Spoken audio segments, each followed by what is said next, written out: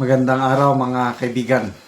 Ito po update tungkol kay PRRD sa The Hague, Netherlands. Medyo, to me, it's bad news. Yung confirmation hearing niya na supposed to be sa September 23 na-postpone. Nako, lalong tatagal ang proseso. Bakit na-postpone? O basahin ko ha. Confirmation hearings postponed. The ICC pre-trial chamber has deferred the confirmation of charges hearing of former President Rodrigo Duterte that was initially scheduled to begin on September 23, 2025. In a majority ruling released on Monday night, the ICC pre-trial chamber 1 decided to postpone the scheduled hearing pending the decision on the indefinite adjournment request of Duterte's legal team. Okay. So may request ang defense team na indefinite i-postpone. O wag muna. Bakit? According to a statement from the ICC, the majority of the chamber considered that a limited postponement of the hearing on the confirmation of charges was warranted to allow sufficient time to adjudicate the request and related matters. The chamber will, if applicable, set a specific date once it has addressed such outstanding matters. Judge Maria del Socorro Flores Lera dissented from the majority and said that the pre-trial proceedings should continue. So, tatlo itong judges, ang dalawa pumayag na ma-postpone, itong isa, hindi. Dapat tuloy.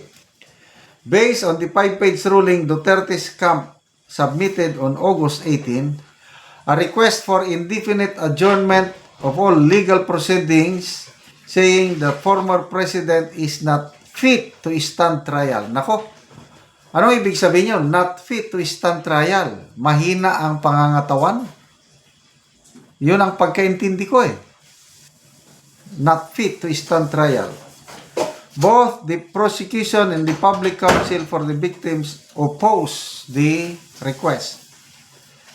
Judge Julia Motok and Rene Adelaide Ganso voted in favor of the postponement.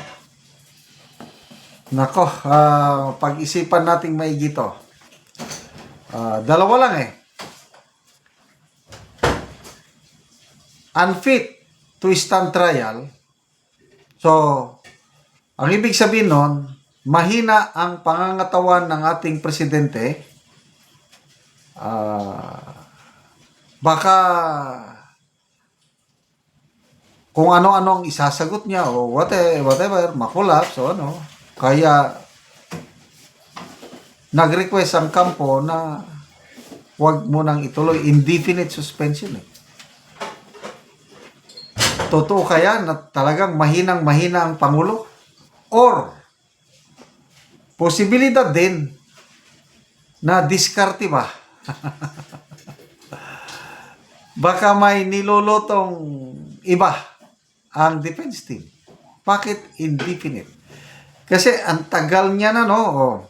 March 11 siya dinala doon. March 11. April, May, June, July, August, September. 6 months. So, after 6 months, gugulong na yung proseso, pinospone na naman. At ang nagpostpone, kampo ng dating Pangulo. So, medyo malalim na palaisipan. Again, wala na tayong, hindi na natin nakita ang itsura ng Pangulo, dating Pangulo, mula nung dinala siya doon. Ano na kayang itsura? Yung sabi ng kanyang mga anak na butot balat na siya. Nakakaawa. I can just imagine. Nasaan na ba yung mga anak niya? Nandun pa rin yung 4, ano? Tama ba? Wala pa akong balita kay BP Sara kung nandito na sa Pilipinas. Kasi tahimik eh. At nandun, nag-enjoy sila siguro doon na nakikipag-banding kahit short time lang sa kanilang amahan. Okay, so whatever it is, magtiwala tayo sa wisdom ng defense team. Ako may tiwala ko kay Attorney Kaufman and yung isa, Jacobs. May tiwala ko, they know what's best. Alam nila ang ginagawa nila. And ganun din sina BP Sara, ang Duterte family may tiwala sa abogado.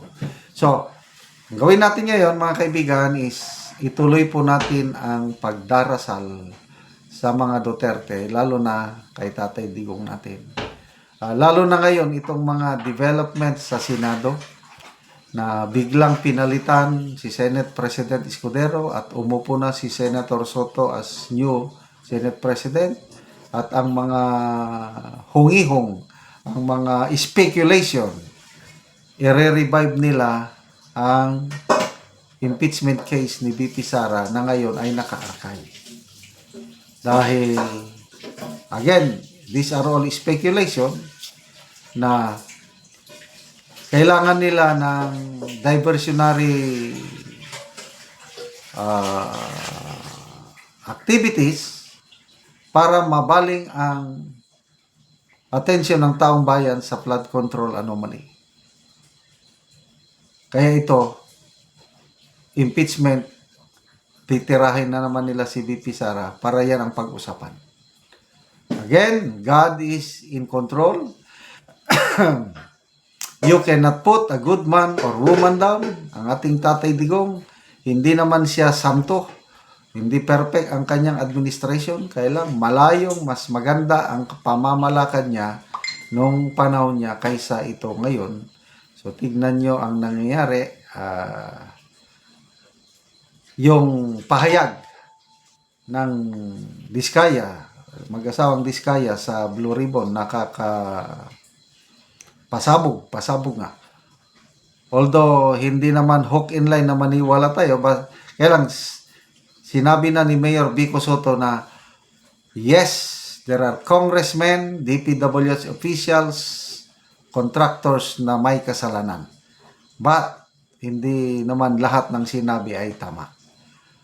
So, antabayan na natin ang susunod na mangyari sa Senado kung ano ang gagawin nila sa impeachment case ni BP Sara.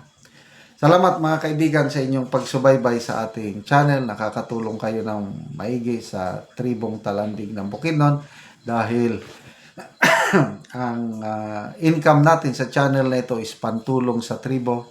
Sa ngayon, namimigay tayo ng libreng yero at pako para makapagpatayo itong tribong ito ng mas maayos na tahanan. Panoorin nyo ang video na ito. Muna ni ang ipangatag na ang yero sa mga tao nga mga daot ng ilang balay o karon si Angkol nagpatindog ni siya og iyang bag-ong balay.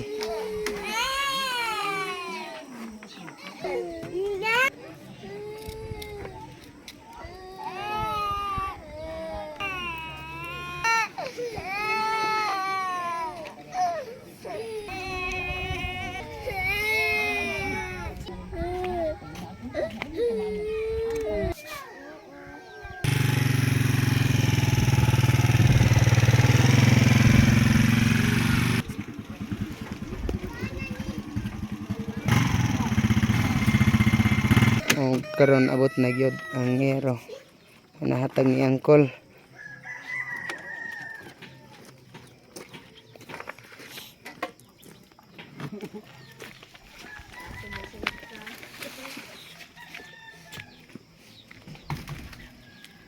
Karon mo na ni itsura sa unang balay ni Angkol ngilang ipuy-an karon nagpatindog siya og bag-ong balay kay nataga naman siya og yero. O mga putol-putol na gyud ang iyang yero. Ug mo na ni ang bag-ong balay nga gitukod ni Angkol ug karon mag-atop na gid siya. Salamat kayo sa Ginoo nga natagaan na migsin kay nakakuha namin sa among balay nga buslot na. Labaw na sa nagtabang sa amoa. Daghang salamat kay nakuan kami nasulbad mi sa among mga kuan problema sa among panimalay. Nga na kuan namong kuan atop, nasulbad na. Pila na di anti katuig inyong balay? 20 na nakapin ka tuig among balay. 20 na katuig. Mm. Ay sige. So dugay na gid, so karon pa magtukod og bagong balay. Oh. Ay sige, salamat.